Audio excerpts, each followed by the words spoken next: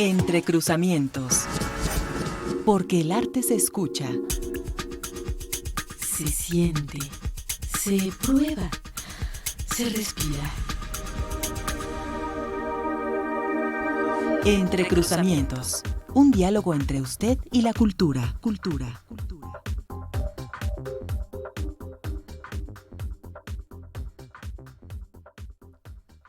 Hola, ¿qué tal a todas y a todos? Es un placer saludarlas en este día, a unas horas de la Nochebuena.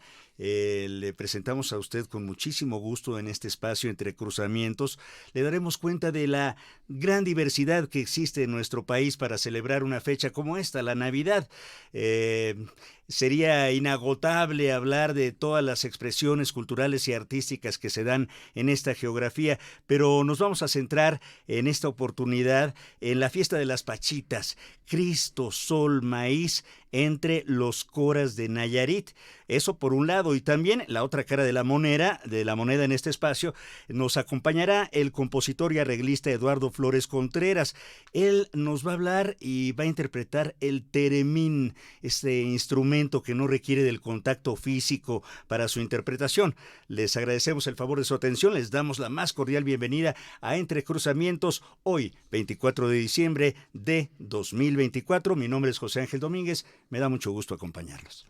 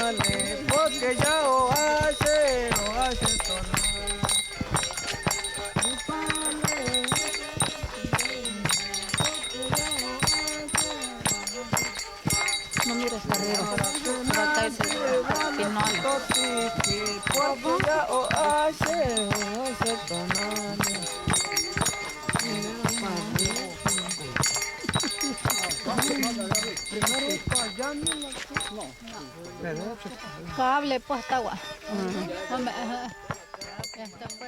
Detrás de estas fechas que muchas veces celebramos de manera inercial, hay muchas historias y muchas de ellas muy fuertes, muy tremendas. Una de ellas es la que abordaremos ahora. La propagación de la fe verdadera, el principio fundamental del cristianismo, pues fue la gran meta de los misioneros europeos que arribaron a la región del Gran Nayara, esta región indígena de lo que ahora conocemos como Nayarit. Y fue el mismo caso en todas las tierras descubiertas y conquistadas por los europeos entre los siglos XVI y XVIII. En aquel lugar, en donde habitan desde tiempos ancestrales pueblos como el Virrárica, llamado Huichol, el Tepehuán, el Cora, los mexicaneros, se dio un sincretismo entre las prácticas de origen prehispánico y las católicas. Esto arrojó pues una manera muy peculiar de celebrar una fecha como la Navidad. Se le conoce como la fiesta de las Pachitas y Cristo, Sol, maíz tiene lugar entre los coras de Nayarit, y para hablarnos en torno a esta, cuestión cultural de nuestra patria, nos acompaña Benjamín Muratalla. Él es el subdirector de la Fonoteca del Instituto Nacional de Antropología e Historia, el INAH, y te agradecemos muchísimo, Benjamín, por tu tiempo y por tu disposición. Bienvenido. Yo encantado, muchísimas gracias por la invitación. Al contrario. Oye, bueno, ¿cómo nos ponemos en contexto esta región del Gran Nayar? Háblanos un poco de ella. Sí, mire, el Gran Nayar es una región definida así por la antropología. ¿Sí? Geográficamente no se le conoce oficialmente como el Gran Nayar, sino fueron los antropólogos que le pusieron esta denominación, porque es una región que comparten 4 pueblos, como bien lo mencionaste: los mexicaneros, los tepehuanos, los coras y los huicholes. Y es una región cultural, más bien está pensada como eso, por sus características culturales. Son pueblos muy similares, todos de la familia yuto azteca: el cora, el huichol, el tepehuano, el mexicanero. Es una lengua emparentada con el náhuatl, ¿no? Entonces, comparten formas de vida, actividades agrícolas, actividades religiosas, costumbres, tradiciones. Eso define al Gran Nayar, y está precisamente en Nayarit. Y Nayar es porque su dios en la época prehispánica era el dios Nayar. Entonces era su principal deidad, y de ahí que en honor a ese personaje es que lleva el nombre del Gran Nayar. Ya, qué interesante. Y bueno, estos pueblos que habitaban desde tiempos ancestrales, como tocó a esta región de lo que ahora conocemos México, pues fueron, o al menos se intentó al principio, conquistarlos, de la manera como los españoles llegaron a conquistar a espada, a arcabuzazos, pero también con la religión al frente. Evangelizar era una de las misiones de estos primeros frailes que llegaron a nuestro país, y tengo entendido que ya tan temprano como en 1530 intentaron meterse al Gran Nayar, ¿verdad? Sí. Mira, los primeros que llegaron fueron los franciscanos. Sin embargo, bueno, la región es montañosa, muy escarpada, es una región difícil, de difícil acceso. Entonces no fue tan fácil para ellos organizar esos pueblos, porque además su patrón de asentamiento era muy disperso. No eran poblaciones, que te diré, conglomerados, sino que estaban asentados entre las montañas, entre las cañadas, los ríos. Y para los españoles, pues lo que buscaban ellos era pequeños poblados que les facilitara la implantación de la organización pues europea, ¿no? De estos, su iglesia, su plaza, verdaderamente todos estos pueblos no estaban acostumbrados a vivir de esa manera. Su iglesia, su plaza, los impuestos, el trabajo forzado. Exactamente. ¿No? Entonces fíjate que no lo lograron los franciscanos, no lograron someterlos, no lograron controlarlos. Pero sí dejaron ahí pues el legado religioso, el legado español en lengua, en religión, en ciertas costumbres. Pero pues los coras, como muchos pueblos de ahí, como los otros pueblos, pero en especial los coras, se dice que son muy resistentes o reacios. Yo creo que la palabra es reacio a aceptar ese sometimiento. De modo que cuando ellos vieron que no les convenía pues estar en contacto, ser sojuzgados por los españoles, regresaron a la montaña, ¿sí? Regresaron por allá, estuvieron mucho tiempo lejos, sin embargo, practicando sus antiguas religiones, su antigua religión, su cultura, pero ya se habían llevado pues pequeño legado de alguna manera de los evangelizadores españoles. Y aquello, bueno, pues fue una especie de, ¿qué te diré?, de laboratorio. Fue germinando. A donde, sí, germinó una manera de ser de ellos muy, muy especial. Benjamín, perdóname que te interrumpa, pero tengo entendido que esta religión ancestral de los pueblos coras en particular, pues era una religión que honraba a la naturaleza, era una religión que tenía un particular cariño y devoción por la madre tierra, y los sitios en donde se expresaba esta devoción, pues eran cuevas, eran ríos, eran manantiales. ¿Esto es correcto? Exacto, sí, mira, pues todos los pueblos agrícolas tienen como principal formación religiosa la naturaleza, como bien lo comentas. Entonces todas las fuerzas naturales, el aire, la lluvia, el sol, la tierra, los ríos, las rocas, los cerros, son referentes de supervivencia, son elementos que permiten la continuidad de la vida, la continuidad del mundo. Entonces ellos, estos pueblos, pues ven en estas fuerzas pues un poder superior al que tienen los seres humanos, y de ahí que pues pidan, ofrendan, hagan plegarias con música, con danza, con una serie de ceremonias para que la continuidad del mundo siga, porque ellos saben que si esas fuerzas naturales se dislocan, pues vienen catástrofes, vienen sequías, inundaciones, terremotos, etcétera. Para que el mundo esté en equilibrio, los seres humanos tienen que vivir en armonía y ofrendar a las deidades, a los ancestros. Con una metáfora te lo digo, la vida de los seres humanos es el espejo de lo que pasa en ese otro mundo de las deidades, ese mundo sagrado. Entonces, si los seres humanos actúan en armonía, organizados, entonces los ancestros y los dioses también van a actuar de la misma manera. En otras palabras, las fuerzas naturales van a estar en equilibrio. ¡Qué maravilla! Pero estuvo la semilla, digamos, ahí franciscana, no exenta a lo mejor de tratos crueles, inhumanos, vengativos, tal vez de una sola manera de ver el mundo, y se quedó ahí bastantes años hasta que llegó otra orden religiosa que tuvo más éxito que los franciscanos. Exactamente, mira, los franciscanos, bueno, creo que aquí es muy importante subrayar que dejaron la simiente de la lengua, ¿verdad? No completamente, también pues evangelizaban a través del canto, de la música, de la doctrina cristiana.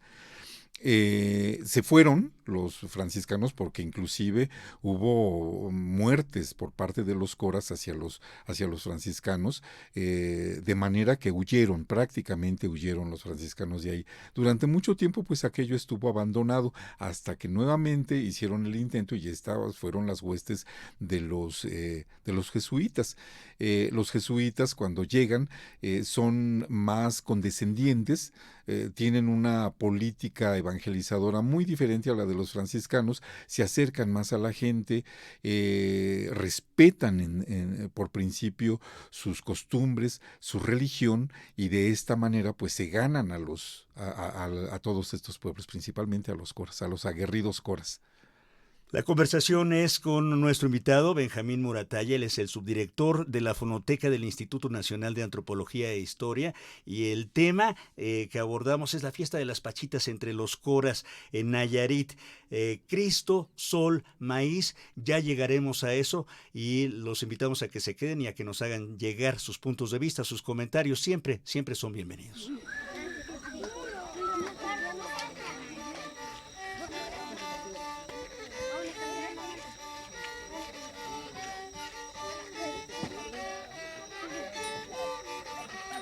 Oye, señor, los caseros, buenas tardes, buenas noches. Oye, señor, los caseros, buenas tardes, buenas noches. Oye, señor, los caseros, buenas tardes, buenas noches. Oye, señor, los caseros, buenas tardes, buenas noches. Oye, señor, los caseros, de esos patios muy llegados. Oye, señor, los caseros, de esos patios muy llegados. Llegado, oye, señor, los caseros, Esos patios están medidos con su vara de listón. Esos patios están medidos con su vara de listón.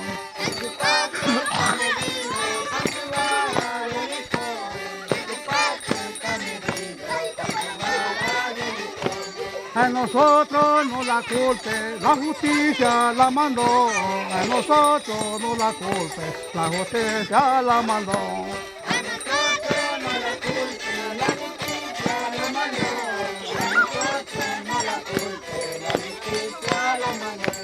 La justicia no la culpe, senadores la mandó. La justicia no la culpe, senadores la mandó.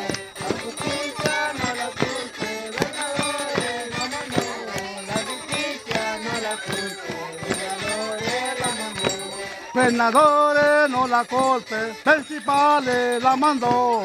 Senadores no la culpe, principales la mandó.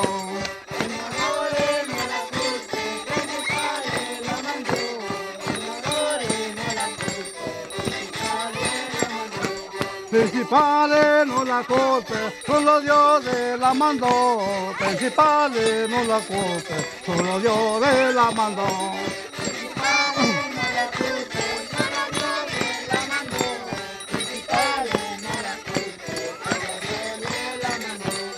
Nosotros no sabemos, solo Dios debe saber. Nosotros no sabemos, solo Dios debe saber.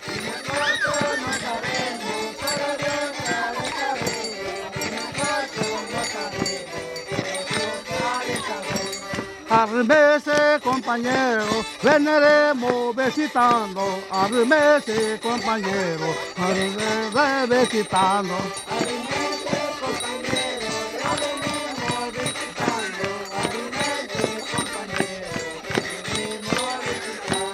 Aquí traemos este paño, será paño de la Virgen. Esto que hemos escuchado se llama El Castilla, de la fiesta de las Pachitas, y los intérpretes son varones de San Juan Diego y San Juan Bautista en el municipio de Rosamorada, Nayarit. Y es una manera de este pueblo originario mexicano, de celebrar lo que nosotros llamamos la Navidad. Y nos acompaña Benjamín Muratalla, él es subdirector de la Fonoteca del Instituto Nacional de Antropología e Historia, para darnos más luces en torno a esto. Y entonces, después de esta evangelización, Jesucristo, Dios, se convierte en el sol, va en su carro, fuma su pipa, que son las nubes, etcétera, y se adapta perfectamente a lo que pues ahora podemos disfrutar, ver, asombrarnos. Benjamín, ¿cómo nos relatarías esta fiesta de las Pachitas? ¿Qué es lo que sucede ahí? Sí, bueno, mira, la fiesta de las Pachitas, es decir, que los tiempos ceremoniales de estos pueblos, y déjame decirte que en la diversidad de pueblos originarios de México, no todos fueron evangelizados, ni absorbieron la cultura, ni se adaptaron de una manera uniforme. En el caso de los coras, la condicionante de que vivieron pues desterrados durante mucho tiempo dentro de su propio territorio, como ya te lo comenté, eso hizo que prevalecieran costumbres antiguas, prehispánicas. Y cuando finalmente los redujeron o los sojuzgaron, los sometieron los españoles a través de la evangelización y a través de la labor jesuita, que fueron los que, digamos, reafirmaron esa anexión a la corona española, estos pueblos ya habían de alguna manera fusionado o identificado a Cristo como principal deidad del catolicismo, con su deidad principal, que es el sol, o que es el Padre Fuego, o que es el maíz.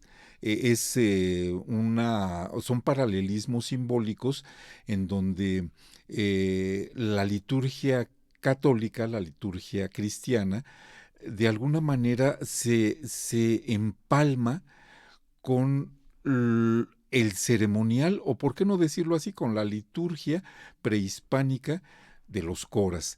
Entonces, Cristo entra dentro de este paralelismo, se le identifica como maíz, como el maíz como principal sustento. ¿Qué es Jesucristo? Es el principal sustento y te lo dicen a través de la Eucaristía, en la ceremonia de la misa católica. ¿Qué es el maíz? El principal sustento. ¿Qué es el sol?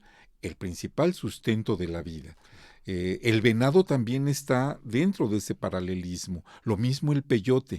El peyote es una planta luminosa, una planta que se consume, pero no se consume como se consumiría algún estupefaciente en la actualidad, por supuesto. Ellos lo consumían y lo consumen actualmente para llegar a esos sitios sagrados a través del trance. Entonces, Cristo también es una figura luminosa dentro del catolicismo. El peyote para ellos es una planta, un ser luminoso. Entonces, todas estas ideas, estas concepciones del mundo de la vida se conjugan en este paralelo de entidades. Cristo, sol, maíz, venado, peyote. Todas, de alguna manera, son lo mismo. ¿Sí? Entonces, ellos en las ceremonias, en sus ciclos ceremoniales a lo largo del año, están emparentados estos ciclos ceremoniales con el ciclo agrícola, desde la siembra, la cosecha, el consumo del maíz. Lo mismo, las ceremonias van emparejadas con esto. Y déjame decirte también, aquí cabe aclarar el asunto de que las pachitas o cualquier ceremonia de los coras condensan varios tiempos y varios momentos del ciclo, ¿sí? Entonces, las pachitas no es exclusivamente la fiesta de la Navidad. Dura la incluye bastante tiempo. La incluye. Mira, las pachitas representan el recorrido desde que la Virgen es concebida, ¿sí?, hasta que nace Jesucristo, lo presentan en el templo, se pierde porque lo persiguen los judíos, hasta que lo atrapan los judíos, lo crucifican, y renace. Es lo mismo que el maíz se siembra, el maíz se cultiva, se cosecha, se sacrifica a través del consumo, pero se siembra nuevamente y el maíz revive, resucita también. El sol lo mismo, el sol muere en su ciclo a lo largo del año, muere por estas fechas, pero también renace. Y allí en el renacimiento del nuevo sol está el renacimiento del maíz y está el renacimiento de Jesucristo. Es muy importante apreciarlo así porque, bueno, no es exclusivamente la representación de la Navidad, sino de muchos momentos del ciclo natural, del ciclo astral y del ciclo católico. Y todo esto, digamos, comprimido en tiempos mágicos y en una representación teatral, comunitaria. Exactamente. Muy importante. Sí, mira, lo has dicho perfectamente. Los tiempos sagrados son diferentes a los tiempos reales. En el tiempo sagrado todo puede suceder. Y sucede de 1000 maneras y sucede de manera condensada, ¿no? Pero es un tiempo diferente. Es un tiempo diferente al tiempo de los humanos. Las palabras son de Benjamín Muratalla, es nuestro invitado, nos habla en torno a la celebración de las pachitas, Cristo, Sol, Maíz, que tiene lugar entre los coras de Nayarit, nuestras tradiciones, lo nuestro, aquí en Radio Educación.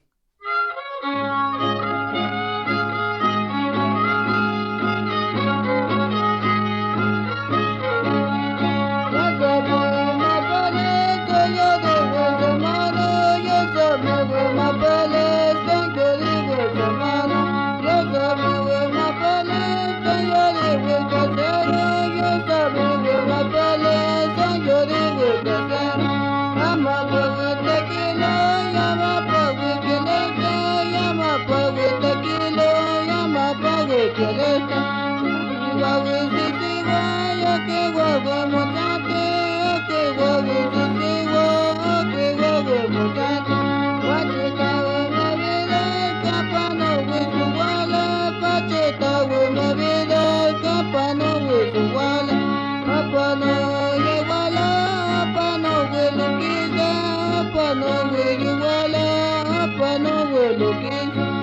Cuando le quiso Puerto Santa Iglesia, cuando lo quiso Puerto Santa Iglesia, Puerto Santa Iglesia, Anito Guamatera, Puerto Santa Iglesia, Anito Guamatera, Puerto Santa Iglesia, Anito Guamatera, Puerto Santa Iglesia, Anito Guamatera, que la vuelta el vino, que mata, que mata, que la vuelta el vino, que mata, que mata, le cago en esta cama, la vuelta seca, ya le cago y esta cama, la vuelta seca, que mamá hueca, muchacha, chupando huevo hueca, muchachito sanado,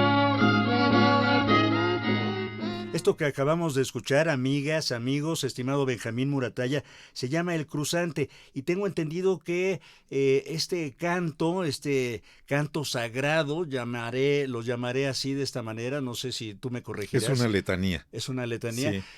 Ya es casi al final de la fiesta, o como una Es al fiesta final. que dura varias semanas, además, Es al ¿no? final, sí, mira, Las Pachitas es un grupo de coras, jóvenes, adultos, parejas, hombres, mujeres, que bailan y cantan alrededor de dos niñas que se les denomina malinches. Por lo menos ahí en San Juan Diego, San Juan Bautista, Nayarit, sí son dos malinches, pero esto se diversifica en la generalidad de pueblos de ahí del Gran Nayar. Pero bueno, estamos hablando de San Juan Diego en San Juan Bautista.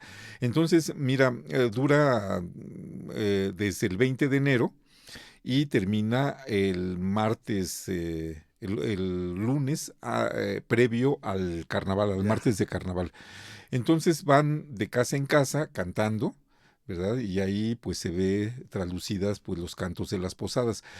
Son dos cantos, el castilla y el mexicano. El castilla es interpretado en español antiguo, arcaico, y el mexicano en náhuatl. No cantan en cora, es lo raro, pues, ¿no?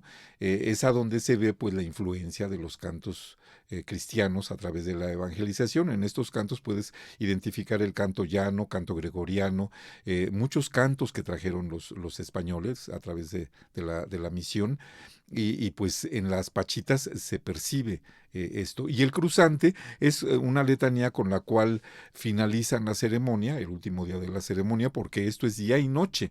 Día y noche llegan los pachiteros a cada una de las casas, los caseros salen y les obsequian cervezas, cigarros, refrescos, comida.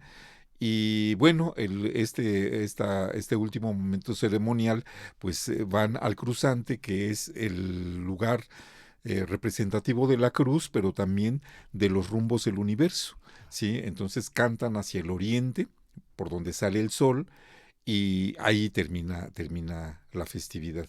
Es una fiesta tan hermosa, tan llena de vida, una celebración de la Navidad y de muchos otros acontecimientos, tanto ancestrales como católicos. Qué interesante, y bueno, se antoja ir, pero ¿puede uno ir? O sea, personas ajenas a la comunidad son bienvenidas. Luego esta cuestión es delicada. Mira, principalmente entre los grupos indígenas del Gran Nayar es muy complicado esto, precisamente por esa situación de que fueron muy reacios a la conquista, al sojuzgamiento. Entonces no es tan fácil, no son fiestas a donde acaparen al turismo. Hay en algunos poblados a donde pues ya se ha aprovechado esto por parte de las autoridades, pero en los pueblos más remotos y más tradicionales es muy difícil que den entrada a extranjeros o a extraños a la fiesta.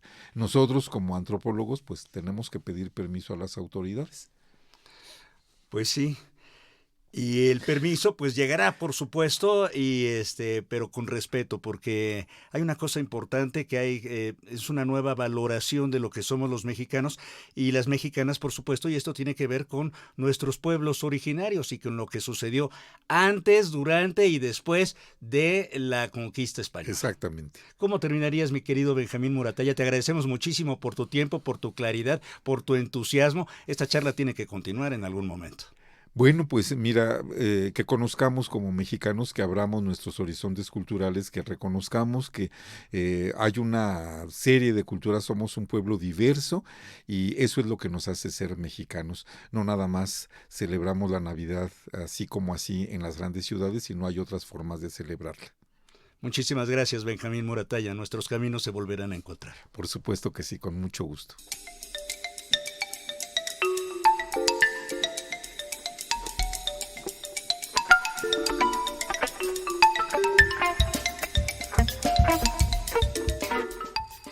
Esta noche es Nochebuena y mañana Navidad y en Entrecruzamientos le damos cuenta de la gran diversidad artística y cultural que podemos gozar aquí en México y particularmente en Radio Educación.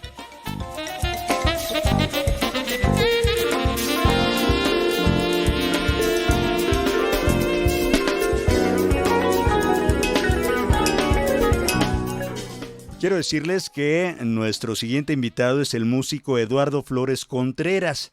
Él siempre se ha interesado por la investigación y por la difusión de un instrumento que se llama theremin. A lo mejor usted ha escuchado de él, a lo mejor no, aquí le vamos a decir. Es un instrumento poco conocido, poco abordado, a pesar de sus capacidades técnicas y expresivas, y de ser el primer instrumento musical electrónico que funcionó correctamente.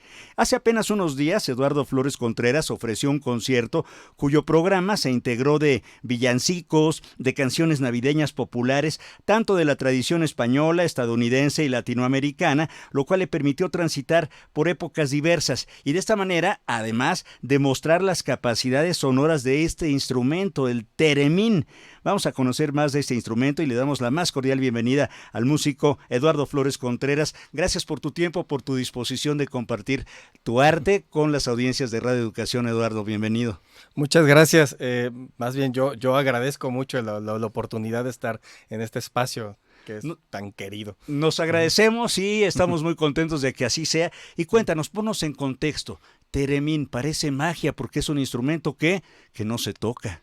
Uh-huh. O si se toca, ¿cómo se toca? Digo, no se tiene que aporrear, no es como una tecla, no hay que frotar, no hay que soplar como, digamos, los instrumentos que conocemos, uh-huh, sino es un instrumento que tiene algo de etéreo, no sé, cuéntanos. Es un instrumento creado en 1920 por el físico ruso León Theremin, Theremin se apellida. Y bueno, Él trabajaba para el gobierno en ese entonces, el gobierno de Lenin, el gobierno que empezaba en ese entonces, justo después de la Revolución Rusa. Él estaba haciendo una investigación sobre el comportamiento de la electricidad en los gases, que para ese entonces, bueno, la electricidad era lo que para nosotros hoy en día es la inteligencia artificial, ¿no? Lo nuevo, lo de hoy, vaya. Sí. Ajá, ¿no? Entonces, ya había un instrumento anterior electrónico que se llamaba telarmonium, que se hizo en Estados Unidos y que no funcionó porque era una cosa gigantesca, era el piso de un hotel entero, y se daba un servicio como de streaming, lo que hoy conoceríamos como streaming, ¿no? O sea, los huéspedes del hotel contrataban el servicio y había un señor tocando en un teclado. Llegaba a sus habitaciones. Y les colgaban el teléfono y con la bocinita del teléfono ahí sonaba, ¿no? Entonces, pues era básicamente es un streaming, ¿no? De 1890, ¿no? Wow. Pero era tan caro y tan aparatoso esta cosa, ocupaba el piso completo de un hotel, que pues acabaron todo el mundo arruinado, en especial el inventor, Cahill, pues el instrumento acabó en el mar. En el olvido. En el olvido y en el fondo del mar. Oye, bueno, como las primeras computadoras que también eran gigantescas y pesaban toneladas, ajá, pero esto se fue refinando. Sí, entonces llega entre 1910 y 1920, León Theremin en Rusia, él empieza a hacer esta investigación, trabajaba para el gobierno, entonces pues veía de qué se trataba esta cosa de la electricidad, ¿no? Cómo domesticarla. Él también tenía una vis de músico. Entonces cuentan que, bueno, él está haciendo estas investigaciones, pasa la mano por unos componentes y ve que sucede algo, ¿no? El instrumento funciona como el término técnico es capacitor, que es, haz de cuenta que hay dos placas de metal y en medio de ellas dos se forma una corriente eléctrica. y según la distancia que haya es la manera como se va a comportar esa corriente. Ya, como un sensor de movimiento también. Más o menos como una pila, Ya. es como una pila y en medio está la corriente como estática, ¿no? Entonces, él crea este dispositivo y que tiene 2 antenas. Con una antena va a controlar la frecuencia, o sea, la altura, el tono, Sí. qué tan agudo, qué tan grave es, y con la otra antena va a controlar la intensidad, o sea, la amplitud. Ya. ¿No? Oye, ya, no nos lo cuentes Sí, es una más. cosa ¿Por muy qué no técnica. tocas algo? No Sí, nos, mejor. nos compartes algo. Suena más bonito cuando se toca el instrumento que cuando se explican. Oye, y en esta tradición de los villancicos, de la tradición española y tal, nos vas a regalar un villancico muy particular. Sí, ¿verdad? esta es una canción que justamente cantaba Rafael. Sí. Que ahora anda un poco malito, según escuchamos ahí. Ajá.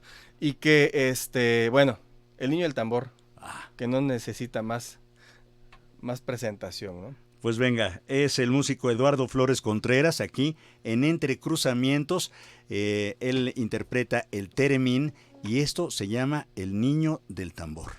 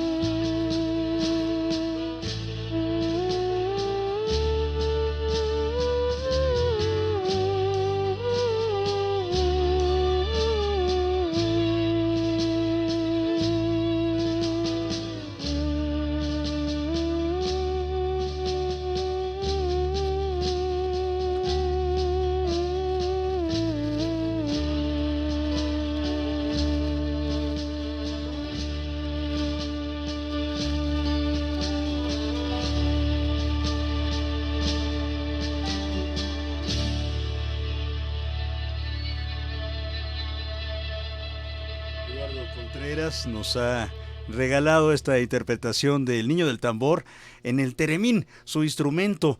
Estamos celebrando esta Nochebuena aquí en Radio Educación y qué mejor con esta diversidad cultural y artística que tenemos en nuestro país. ¿Dónde aprendiste a tocar el Teremín, Eduardo? Fue una cosa muy rara porque yo empecé a tocar, bueno, es que va ligado con cómo lo conocí. A ver, cuenta. Yo trabajaba en ese entonces con un grupo de teatro, por ahí por el 2003. Fuimos de gira a Roma, fuimos a trabajar con otro grupo independiente allá, a montar una obra a crear y montar una obra allá. Entonces, bueno, nos dan las fechas de Navidad, nos invitan a ir a un concierto de un coro. Dije, bueno, estoy ya en Roma, un concierto de un octeto de voces, debe irse muy bien. Va a ir el Papa, pues vamos, ¿no? Total, ¿no? Puros cuates. Entonces, saliendo del concierto, el amigo que nos había invitado allá, me dice, oye, tienes que venir a ver este instrumento porque no sé qué es. Y estaba un tipo, un rumano, se llama Benedict Popescu, con una caja, 2 antenas y agitando las manos en el aire, ¿no? Y me encantó ese instrumento. Me encantó eso que estaba viendo. Me enteré que él lo había construido. Le compré un disco y ahí venía más o menos la historia del theremin. Y dije, yo quiero uno. Así, yo quiero uno. Yo toco varios instrumentos. Sí, entiendo que trompeta, guitarra. Trompeta, guitarra, bajo, piano, O sea, eres multiinstrumentista. Sí, lo que pasa es que yo me metí en composición. Yo soy compositor. Entonces, Un hombre renacentista que quiere, pues, hacer de todo, ¿no? También, exacto, sí, eso. ¿verdad? Sí, no, lástima que sea tan caro, pero sí, ¿no? Pero sí, me interesa mucho conocer muchos instrumentos, ¿no? Entonces, pues ahora sí que de este gato no tengo color, ¿no? No tengo color de este gato, un gato de este color. Entonces, bueno, empiezo a investigar dónde se conseguía en México. Veo que aquí en México lo vendían. Lo conseguí ahí en el centro, así, en un día ahí en una de las tiendas de ahí de la calle de Bolívar. Sí, de las tiendas de instrumentos musicales. Ajá, lo digo. Ya. Esta caja la conozco, ¿no? ¿Es caro? En ese entonces no estaba tan caro, hoy en día sí está un poco más caro. Y es que, bueno, es que el costo de un instrumento musical es una cosa muy relativa, ¿sabes? Porque es como con las guitarras, te puedes encontrar una de 500 pesos y una de 50,000 pesos, ¿no? Claro. Y las dos pueden sonar magníficamente bien. En las dos puedes tocar las mañanitas, ¿no? Pero, ajá, pero no van a ser de la misma madera, el mismo ensamblado, el mismo cuidado, etcétera, ¿no? Entonces, sí, hay unos instrumentos que te pueden costar, no sé, unos 4,000 pesos. Y hay otros que te cuestan hasta 50, 90,000 pesos, ¿no? Teremines de ese valor. De ese precio, ajá. Oye, pero ¿no hay una escuela donde aprender teremín o sí? En México no, propiamente no. Yo doy clase.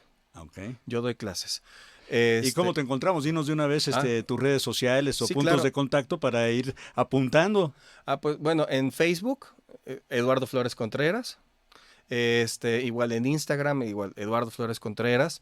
También doy clases en Colegio Mexicano de Música. Okay. Es una academia pequeñita que está ahí en la colonia Roma, ahí enfrente del mercado de Medellín. Muy bien.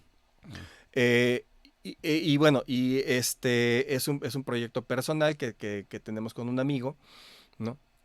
En donde, bueno, se trata de dar clases de todos los instrumentos posibles, ¿no? Oye, me imagino ahorita una orquesta de teremines sería sensacional, ¿verdad? ¿Se ha hecho? Sí, León Theremin hizo una orquesta de 10 teremines, llegó a tocar, creo que tuvieron un par de problemas técnicos, por la distancia más o menos. Se electrocutaron dos, no, bueno. No, ¿sabes qué? Se estorbaban, Ya. porque el theremin funciona de esta manera, haz de cuenta que alrededor de la antena se forma como una dona. Ok. Entonces uno lo que hace es meter la mano en esa dona, y según la distancia que tenga mi mano, es el tono que me va a dar. Ya. ¿No? Si está más cerca es más agudo, si está más lejos es más grave.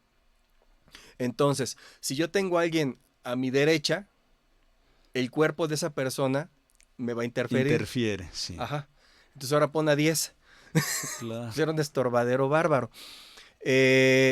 Pero la maestra Lidia Cávina, ella es la autoridad hoy en día en theremin en el mundo. Ella es sobrina nieta de León Theremin, Okay. ¿no? Entonces ella le enseñó a tocar el León Theremin directamente y aprendió también con Clara Rockmore, que ella es la primera virtuosa del instrumento. Bueno, tengo entendido que hasta Jean-Michel Jarre también tocaba el theremin, ¿no? Sí, en famoso, Oxygen. Ajá, este álbum espléndido, ¿no? Ajá. Del francés, sí. Sí, que nadie sabía con qué estaba tocando ese, ¿no? Que parecía que estaba silbando todo el tiempo, ¿no? Pero sí, es un theremin, y es un theremin de la RCA, es de los originales de la RCA. Qué maravilla. ¿No?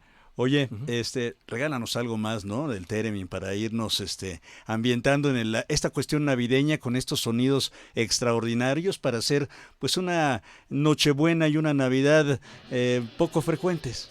Claro. ¿Qué nos vas a regalar ahora? La canción What a Wonderful World, Muy bien. que cantaba Louis Armstrong. Excelente. Es nuestro invitado, Eduardo Contreras, y el instrumento... Perdón, sí. El instrumento es el theremin y estamos muy contentos de que nos acompañe Eduardo Flores Contreras en Entrecruzamientos.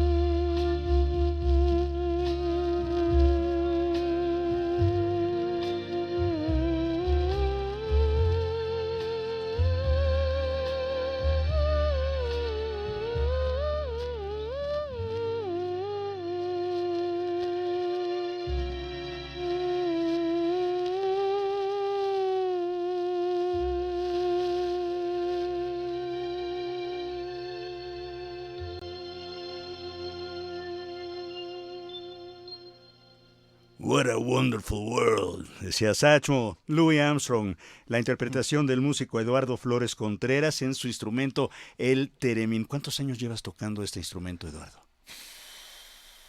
Creo que como 10. ¿Y cuántos tiempos se necesitaría, digamos, para dominarlo, para poder tocar algo?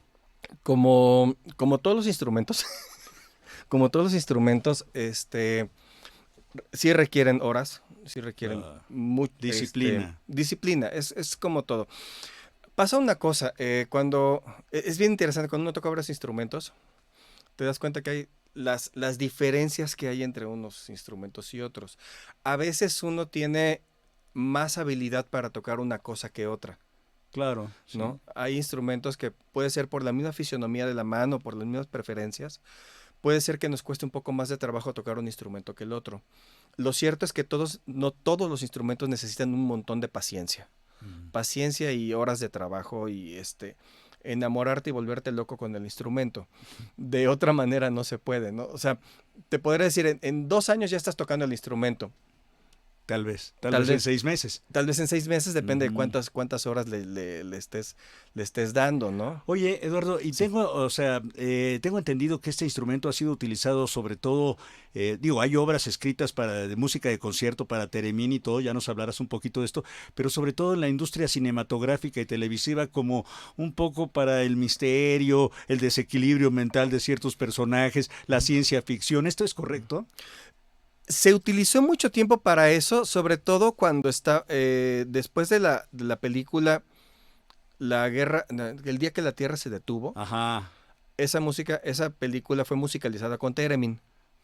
Y también había otra película de Hitchcock, ahorita no recuerdo cuál. Spellbound. No me acuerdo cómo se llama en español. ¿Cómo le pusieron en español? Sí. Pero esta película es toda hecha con Theremin. A partir después de eso sí se utilizó mucho como para hacer estos efectos como fantasmagóricos y del espacio. Yo personalmente lo que considero es que se abusó mucho de eso y se olvidó un poco de la música. Lo que decía Clara Rockmore es que ella no le gustaba que le pidieran que tocara cosas fantasmagóricas, ¿no? Decía, es que yo quiero tocar Bach. Claro. ¿Se ¿No? puede tocar Bach en este instrumento? Sí. Ya. Sí. Qué maravilla. Sí, entonces, por ejemplo, de las piezas que toqué el concierto pasado, el Ave María, ¿no? Ya. Bueno, no es de Bach propiamente. ¿No de pero, Schubert? No, de Bach Gounod. Ah, ok. Ajá. Ya, y sí. Sí, funciona perfecto. El aire en cuerda de sol, en cuerda de re, toca en el theremin sin ningún problema. ¿Y cuándo vas a tener otro concierto? ¿Este año que termina todavía estás en activo o ya hasta el año que entra? Yo creo que ya hasta el año que entra. Ya. Pero todavía no hay alguno ahí en particular que digas, tal día voy a estar en tal lado. Ahorita no. No. Ok, dando clases, reponiéndote de las vacaciones, mi estimado Yo creo Eduardo. que sí. Oye, Sí. entonces, se puede comprar el instrumento, existe en México, pero también se puede fabricar. Sí. ¿O es más complicado? Yo lo veo más complicado fabricarlo. O sea, tienes que ser así como muy, muy, muy ducho para meterle a la electrónica. Se puede conseguir, hay muy buenas versiones. El modelo que yo tengo ya no se fabrica. El Moog sacó uno nuevo que es un Rolls Royce, es una maravilla ese instrumento. Moog es esta firma de instrumentos de sintetizadores y tal, del primero que hizo el Robert Moog, ¿no? Ajá, O sea, Robert Moog, su primer instrumento fue un theremin. ok. Sí, o sea, él era un chamaco de 15 años y encontró una de estas revistas de Electronic World. Abra su propio theremin, ¿no? Y pues que se lo hace, lo presenta en su feria, en la feria de ciencias de su escuela. Se lleva cualquier cantidad de premios, ¿no? Y a partir de ahí él crea la firma Moog de sintetizadores y todos los que ya conocemos, ¿no? Claro. Oye, Eduardo, tú que eres multiinstrumentista, ¿por qué ese apego con habiendo todos estos sintetizadores de nueva generación que pueden emular los sonidos de, no solo del piano, sino de tantos instrumentos, de todos prácticamente, ¿no? ¿Por qué el theremin? Pues se siente muy padre. Ya. Decía Clara Rockmore, es que el theremin uno tiene que entender que está tocando en el aire, que es como un aleteo de mariposas. Qué bonito. Entonces estás respirando diferente, eres parte del instrumento, estás inmerso es como si estuvieras inmerso en el instrumento. Pero no tienes ninguna sensación física, ningún hormigueo, digamos, en la mano, en este campo magnético. Nada. ¿Es como un campo magnético? Es como un campo electromagnético. Ujú. Es como las teles viejas cuando pasabas y se amoldaba la imagen. Ya, ok. Es algo así. No, nada más que en lugar de recibir, emite. Ya. Híjole. ¿Qué instrumento? ¿Qué te gustaría? ¿Qué sueñas? ¿Qué sueñas, digamos, con un instrumento como esos? Yo me imaginé ahorita una orquesta, dices, ya se hizo con 10 teremines, ¿no? 20 teremines tocando al unísono sin estorbarse. Nada. ¿Cuál sería tu sueño en torno a este instrumento o a tu futuro como intérprete del mismo? Que hubiera muchos. Que hubiera mucha gente que lo toca y que lo toca en serio. Que no fuera nada más solamente hacer nada más el puro ruidito, ¿no? Uh-huh. Sino que y agitar la mano, sino que verdaderamente músicos, hay grandes músicos en el mundo, ¿no? Bueno, Ernesto Mendoza aquí en México, Claro. ¿no? Okay. Él es él es el primer tereminista en México, vaya, ¿no? Él fue mi maestro y y también, bueno, Lidia Kavina, Carolina Eik, Thorvald Jorgensen,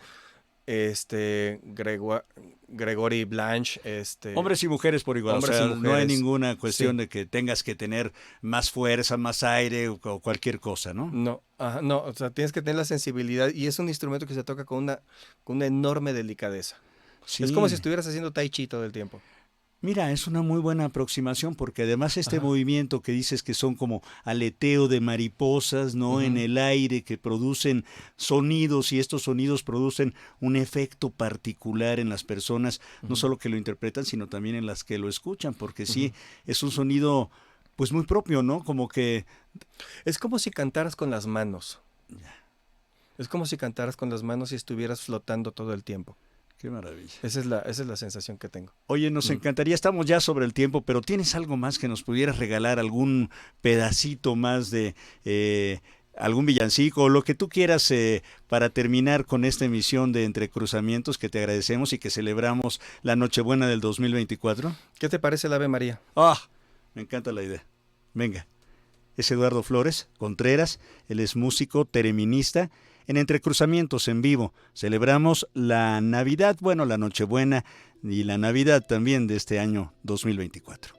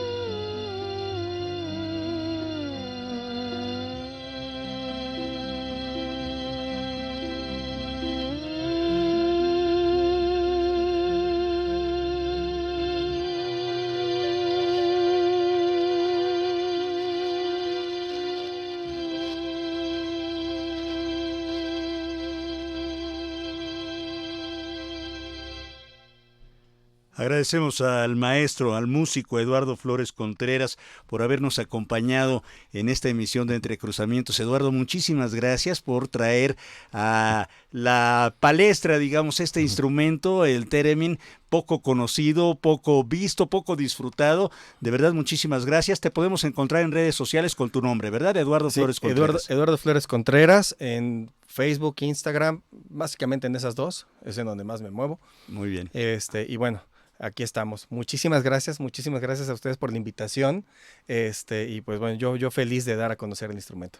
Un abrazo, muchísimas gracias. Quiero comentarles que Entre Cruzamientos es un programa del Departamento de Información Cultural de Radio Educación, en el cual participamos en la realización Carla Núñez, guión e investigación Verónica Romero, en la asistencia de producción y musicalización Claudia Guzmán, controles técnicos en cabina el maestro Fructuoso López, la coordinación general es de Gladys Peña.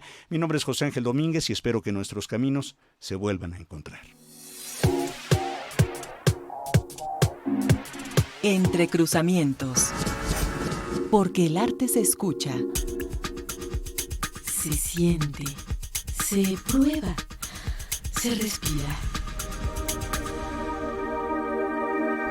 Entre Cruzamientos. Un diálogo entre usted y la cultura. Cultura.